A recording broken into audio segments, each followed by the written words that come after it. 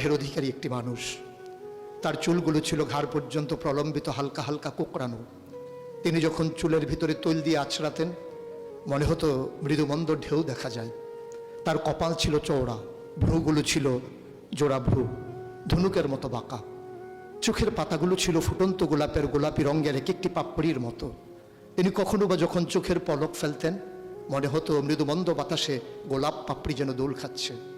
তার চোখের সাদা অংশ ছিল রক্তিমাভ সাদা, কালো অংশ ছিল কৃষ্ণ কালো।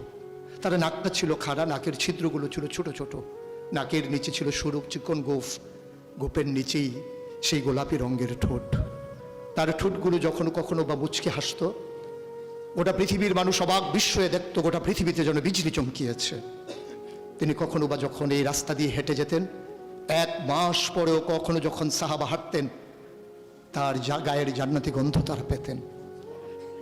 মায়েরা উম্মাহাতুল মুমিনিন যারা, তারা নবীর যখন কখনো এই ঘামে ভেজা শরীর নিয়ে ঘরে ঢুকতেন, কপালের ভিতরে মুক্তোর দানার মতো ঘামগুলো যখন জমে থাকতো, মায়েরা ছোট্ট শিশি খুঁজে সেই ঘামগুলো শিশিতে ভরে জমা রেখে দিতেন, কখনো বা ঈদে কোনো অনুষ্ঠানে যেন আতর হিসেবে ব্যবহার করতে পারেন।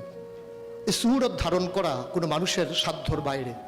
কখনোই কোনো মানুষ এ সুরত ধারণ করতে পারবে না চেষ্টা করলেই। কিন্তু তার সিরত যেটা অনুকরণীয়, অনুপম আদর্শ। তিনি এসেছিলেন এই জন্যে, ওয়ামা আরসালনাকা ইল্লা রাহমাতাল লিল আলামিন। তিনি ছিলেন রহমত গোটা ধরনের জন্যে। যেমন করে আল্লাহ বলেছেন, ফাবিমা রাহমাতিন মিনাল্লাহি লিনতা লাহুম ওয়ালাউ কুনতা ফাযযান গালিযাল কলব লানফাদ্দু মিন হাওলিক ফাআফু আনহুম ওয়াস্তাগফির লাহুম ওয়াশাওিরহুম ফিল আমর ফাইযা আযামতা ফাতাওয়াক্কাল আলাল্লাহ ইন্নাল্লাহা ইউহিব্বুল মুতাওয়াক্কিলিন। তিনি এসেছিলেন তেমন করে। কেন তাকে পাঠানো হয়েছিল? আল্লাহ নিজেই বলেছেন, লাকাদ কানা লাকুম ফি রাসূলিল্লাহি উসওয়াতুন হাসানাহ। তিনি ছিলেন মডেল, তিনি ছিলেন আইডল, তিনি ছিলেন আইকন, তিনি ছিলেন অনুপম আদর্শ, তিনি ছিলেন উসওয়াতুন হাসানাহ। তিনি গোটা মানব জাতির জন্য সকাল থেকে সন্ধ্যা, রান্নাঘর থেকে সংসদ ভবন, তার জীবনের ব্যক্তি জীবন, পারিবারিক জীবন, সমাজ জীবন, রাষ্ট্রীয় জীবন, অর্থনৈতিক জীবন, ইন্টারন্যাশনাল রিলেশন, সকল ক্ষেত্রে তিনি ছিলেন আদর্শ, তিনি ছিলেন মডেল, তিনি ছিলেন আইকন।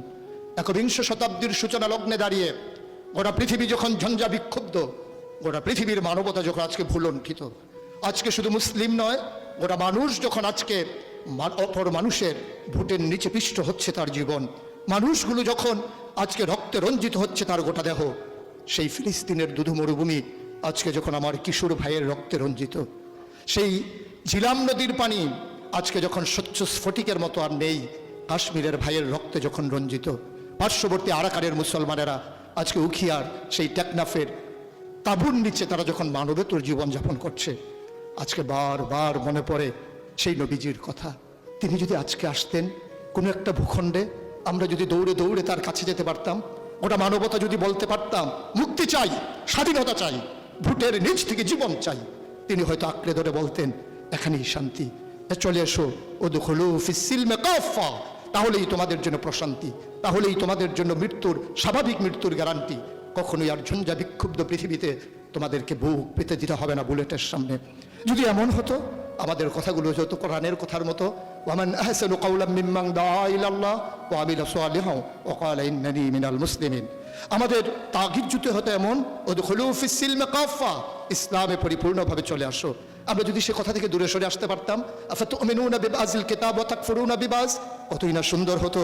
ভালোবাসা যদি হতো এমন যে নবীকে যেমন করে আল্লাহ তাবারক ওয়া তাআলা ভালোবাসার আধার বানিয়েছিলেন, আবাদতে যদি আমরা হতে পারতাম এমন, আনতা আবুদাল্লাহ কাআন্নাকা তারাহু ফাইন লাম তাকুন তারাহু ফাইন্নাহু ইয়ারাক, আমরা যদি সফলতা এমন হতে পারতাম, কাদ আফলাহাল মুমিনুন আল্লাযীনা হুম ফি সালাতিহিম খাশিউন, আমরা যদি দীপ্ত শপথ গ্রহণ করতে পারতাম, ইন্না সালাতি ওয়া নুসুকি ওয়া মাহইয়ায়া ওয়া মামাতি লিল্লাহি রাব্বিল আলামিন, আমরা যদি নিজেদের কুরবানির নজরানা এভাবে পেশ করতে পারতাম, ইন্নাল্লাহা ইশতারা মিনাল মুমিনিনা আনফুসাহুম ওয়া আমওয়ালাহুম বিআন্না লাহুমুল জান্নাহ, সেই দীপ্ত শপথ জীবনে ধারণ করে আমরা যদি উমর বিন আব্দুল আজিজের মতো ক্ষমতা যখন তার মসনদে তাকে বসানো হলো, তিনি আস্তে করে ঘরে ঢুকলেন, তার বিবির সামনে গিয়ে বললেন, উত্তরাধিকার সূত্রে যে অলঙ্কারগুলো পেয়েছো রেখেছো কোথায়?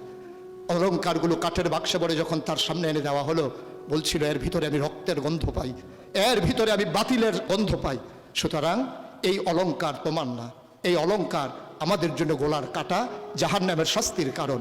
তিনি সবগুলো অলংকার রাষ্ট্রীয় কোষাগারে জমা দিয়ে চোখের পানি ফেলে দিয়ে বলেছিলেন, পূর্বপুরুষের দায় পরিশোধ করলাম, পূর্বপুরুষের দায় পরিশোধ করলাম। তিনি সেদিন বলেছিলেন, সবার ঘরে যেমন রান্না হবে আমার ঘরেও তেমন রান্না হবে। প্রিয় দিনী ভাইয়েরা, প্রিয় আলেম ভাইয়েরা, আমি যদি এভাবে বলি, আজকে ১৫০০ বছর পরে আজকে আমাদেরকে স্বীকৃতি দিতে হবে কবি ফররুখের মতো।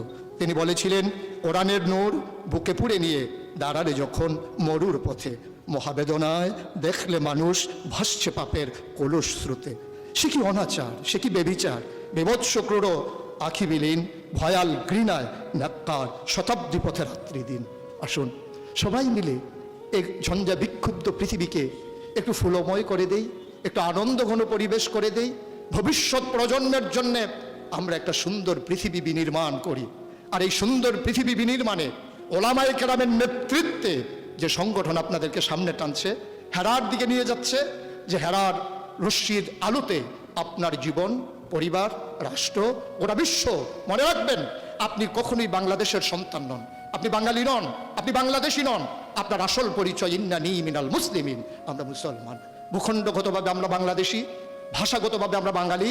আর আমার আসল পরিচয়, আমি যেখানেই থাকি, আমার আল্লাহ এক, আমার কোরআন এক, আমার ক্যাবলা এক, আমার কাবা এক, আমার নবী মুহাম্মদ রাসূলুল্লাহ সাল্লাল্লাহু আলাইহি ওয়াসাল্লাম।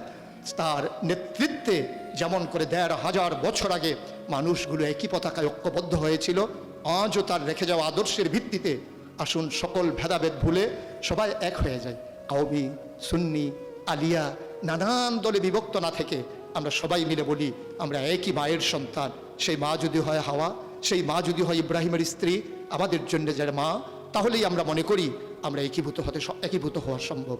আসুন ভাগাভাগি নেই, আমি চৌধুরী, আমি সরকার, আমি পেশকার, কোনো পরিচয় আমার আসল পরিচয় নয়। আমার আসল পরিচয় আমি মুসলিম। এটাই হোক মূল মন্ত্র, এটাই হোক সামনের পথ চলার পাথেও।